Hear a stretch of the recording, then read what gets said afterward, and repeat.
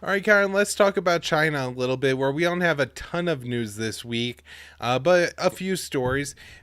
Maybe the one that got the most headlines in the U.S. is that China actually put retaliatory sanctions on the U.S. For U.S. sanctions on China over what the U.S. claims are, human rights abuses in the Xinjiang region of China against the Uyghurs.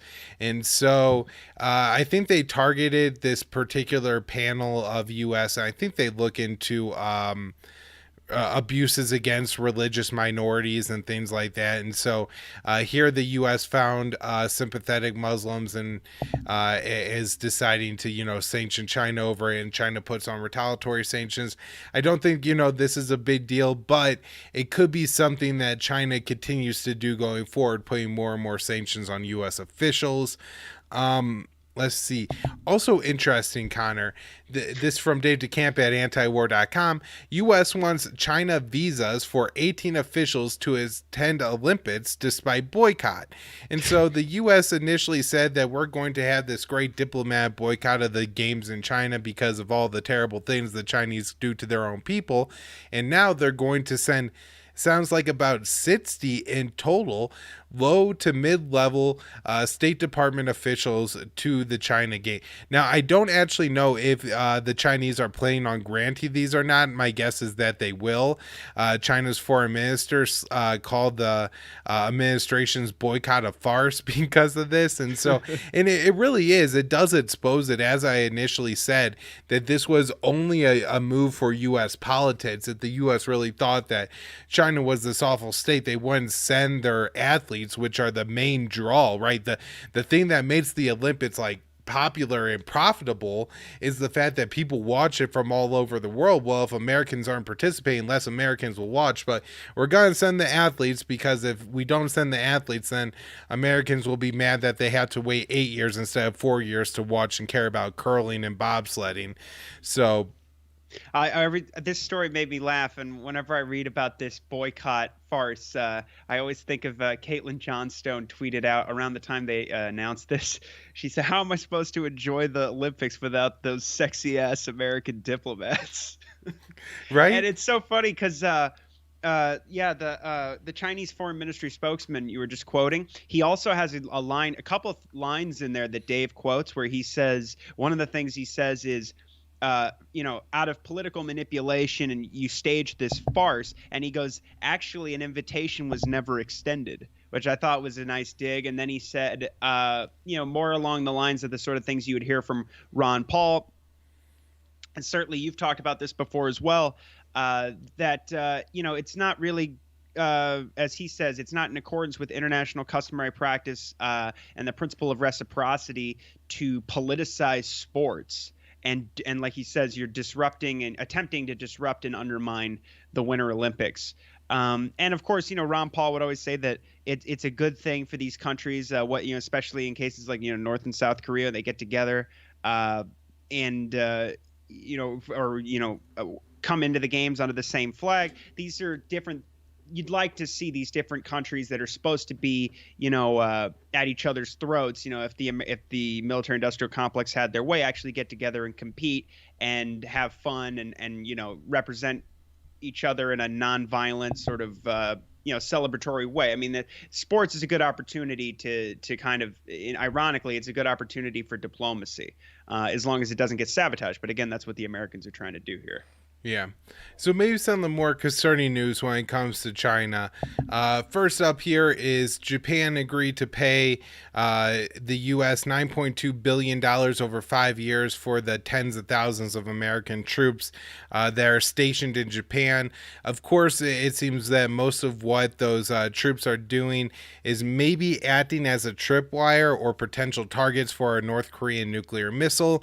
And they're really, really polluting. And, I'm not talking about like carbon and they're letting their cars idle. I'm talking about the actual, the foam they use to put out airplane fires or runway fires, like that kind of stuff seeping into the groundwater. There's a great article by Brett Wilkins on it. It was originally published at Common Dreams, reprinted at antiwar.com. You could check it out and read it there.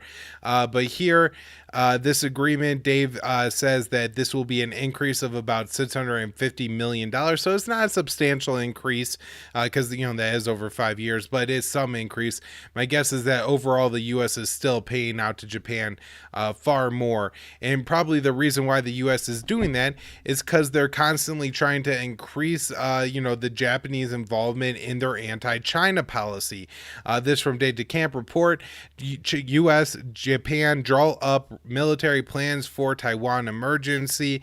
And so it's not exactly clear how much Taiwan or Japan would be involved, but it sounds like at the very least Japan is willing to let U.S. military Marines set up temporary bases on Japan's islands in an attempt to aid the fight against in Taiwan against China. Should that conflict break out. And so it seems like, this would really make Japan a target of China and likely bring Japan largely into that conflict. And then we had the U.S. de facto envoy to Taiwan because, there's not an official relationship, but the U.S. does maintain the American Institute of Taiwan. And there we have essentially an ambassador to Taiwan. And they said that the Chinese flights through the Taiwanese air defense identification zone, that's not even anywhere near Taiwanese airspace or anything like that, could cause a miscalculation, and that was unacceptable. Now, unfortunately for the United States, it really doesn't matter if it's unacceptable or not. China's gonna do it, and there ain't a thing that the United States is willing to do about it. I mean, maybe we could, try to shoot down those Chinese planes, but come on, that would end up as a far worse situation for the Americans. So I think that's all the really important news that I have on China. I did want to just mention, Connor, this story from CNN. Again, this is from CNN, so put an asterisk by it, but they're reporting that U.S. intelligence community and then other satellite data that CNN has obtained shows that Saudi Arabia is building ballistic missile factories and that China is helping them to do it. So, bad news, Connor, here, but at the same time, potential, I guess, more problems for the people of Yemen than anybody else. I kind of wish I had covered this when I talked about Yemen a couple days ago, but, just wanted to mention it here that, the U.S. is reporting this relationship. Oh, and then the other thing was one of the excuses that the all U.S. Military industrial, the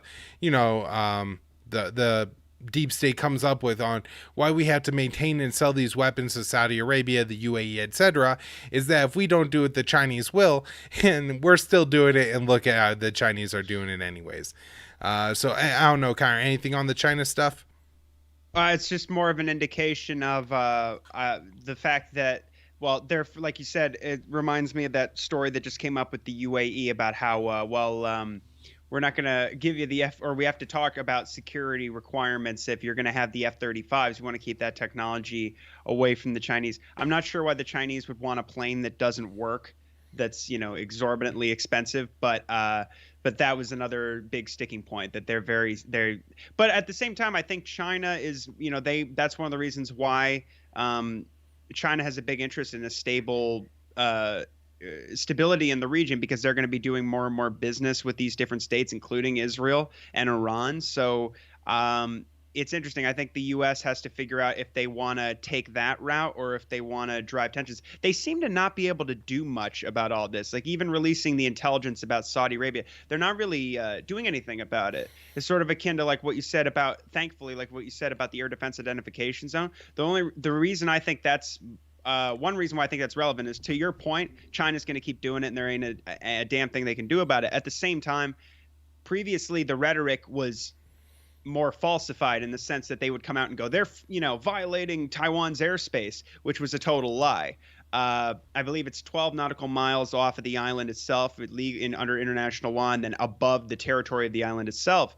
But if you move the goalpost to the point where it's now you can't fly in their air defense identification zone, that means you have planes on runways that aren't moving in China that are violating Taiwan's, air defense identification zone. So the fact that I don't know. I guess they're moving the goalpost, and so it's a way to. They don't necessarily have to lie as much if that's going to be a giant crime as well. Just being hundreds of miles away from Taiwan now.